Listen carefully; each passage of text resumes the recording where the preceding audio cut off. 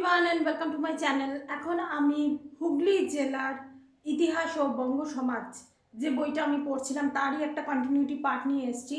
আমি যেমন আগের দিন আমি বলেছিলাম যে আমি বারব্রত নিয়ে আমি কথা বলবো। আগের দিন আমি মানে গাজন নিয়ে এমনি ভিডিও বানিয়েছি, চড়ক সংক্রান্তি নিয়ে একটা পোস্ট দিয়েছি। আজকে আমি বারব্রত নিয়ে কথা বলবো। তো এই বারব্রত জিনিসটা কি, এখানে সুধীর কুমার মিত্র মহাশয় খুব সুন্দরভাবে এখানে যে যে জিনিসগুলোকে ব্যাখ্যা করেছেন, যে সবসময় পুজো মানেই যে পুরোহিতের দরকার হয় তা নয়। আমাদের বাঙালিদের, আমাদের বাংলার কিন্তু বাড়ির যারা গৃহবধূ তারাও কিন্তু পুজো করেন। যেমন বিভিন্ন ধরনের তারা পুজো করছেন, যেমন শিব পুজো, সূর্য, লক্ষ্মী পুজো। এই যে প্রতি বৃহস্পতিবার বৃহস্পতিবার করে যে লক্ষ্মী পুজো হয়, সবসময় তো পুরোহিত আসে না। তো এই যে লক্ষ্মী পুজো, তারপর চণ্ডী পুজো, ষষ্ঠী পুজো, এই পুজোগুলো কিন্তু আমাদের মানে বাঙালি যারা মহিলারা তারা কিন্তু করে থাকেন। এখান থেকেই তিনি আবার মানে ভাগ করেছেন, যেমন এই সময়টা সংক্রান্তি, সংক্রান্তি একটা বড় উৎসব। তারপর ইতু পুজো, ইতু পুজো মানে কিন্তু মিত্র পুজো, এটা আমি জানতাম না। আমি ইতু পুজো সম্পর্কেই আমি কিছু জানি না, কিন্তু ইতু পুজো মানে যে মিত্র পুজো সেটা আমি জানতাম না। তো ওনার বই থেকেই আমি এটা জানতে পারলাম। তো যাই হোক, এখানে মহিলাদের মধ্যে তিনটে ভাগ করা হয়েছে: কুমারী, সধবা এবং বিধবা। কুমারীরা কি কি ব্রত পালন করে, সধবারা কি কি ব্রত পালন করে, বিধবারা কি কি ব্রত পালন করে, সেই সমস্ত জিনিস কিন্তু তৎকালীন বঙ্গ সমাজে কিন্তু ছিল।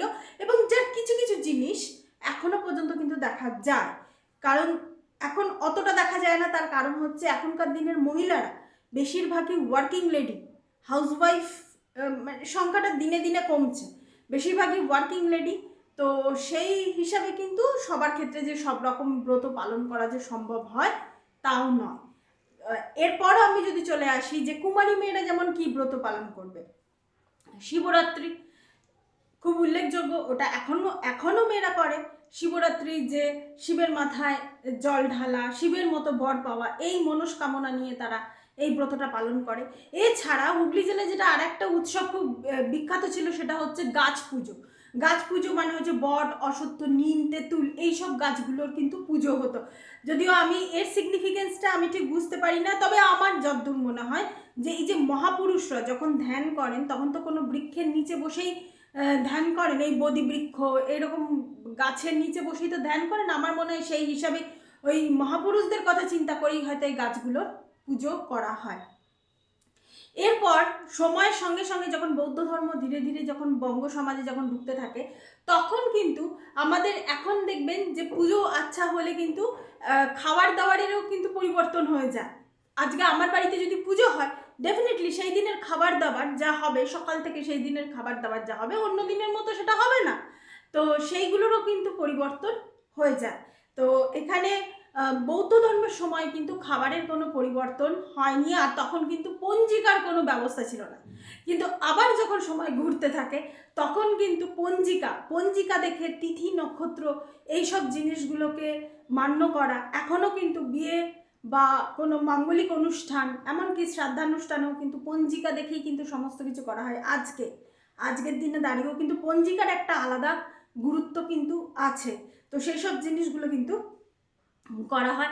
এবং সেখানে কিন্তু কি কি খাদ্য, পঞ্জিকা যদি আপনারা ভালো করে দেখেন, যদিও আমি পঞ্জিকা খুব একটা ভালো করে কোনোদিন দেখিনি, সেখানে কি কি খাদ্য আপনি খাবেন সেই সব জিনিসগুলোরও কিন্তু ব্যাখ্যা সেখানে দেওয়া আছে, মানে যদি সেইভাবে যদি পালন করা হয়। তো এরপর আর একটা উল্লেখযোগ্য উৎসবের কথা তিনি বলেছেন, সুধীর কুমার মিত্র মহাশয়, উনি বলেছেন যে অক্ষয় তৃতীয়া।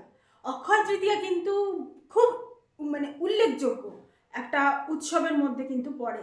যেমন বৈশাখ মাসে এটা হচ্ছে শুক্লপক্ষের তৃতীয়া, এই দিনটা কিন্তু ভীষণ ইম্পর্টেন্ট। কিসের জন্য বলা হয় নাকি এটাতে নাকি সত্যযুগের নাকি উদ্ভব হয়েছিল। এছাড়া এই সময় নাকি পরশুরামের মতো ব্যক্তিত্বের জন্ম হয়েছিল। তাই এই অক্ষয় তৃতীয়ার আরেকটা নাম হচ্ছে পরশুরাম জয়ন্তী, এইভাবে পালন করা হয়। ত্রিবেণী সঙ্গম, আমাদের হুগলি জেলার যে ত্রিবেণী সঙ্গম এবং নিমাই তীর্থ প্রভৃতি ঘাটে এই উৎসব কিন্তু পালন করা হয়। এটা ছিল অক্ষয় তৃতীয়ার সম্বন্ধে একটা ছোট্ট আমি বর্ণনা দিলাম। এছাড়া লক্ষ্মীনারায়ণ পুজো যেটা হয় সেটা তো আমরা জানি, পুরোহিত রেখে বাড়িতে লক্ষ্মীনারায়ণের ঘট স্থাপন করা, এইসব জিনিসগুলো তো উনি ব্যাখ্যা করেইছেন। এছাড়া শ্রীকৃষ্ণের চন্দন যাত্রা, এই জিনিসটারও কিন্তু ব্যাখ্যা উনি করেছেন।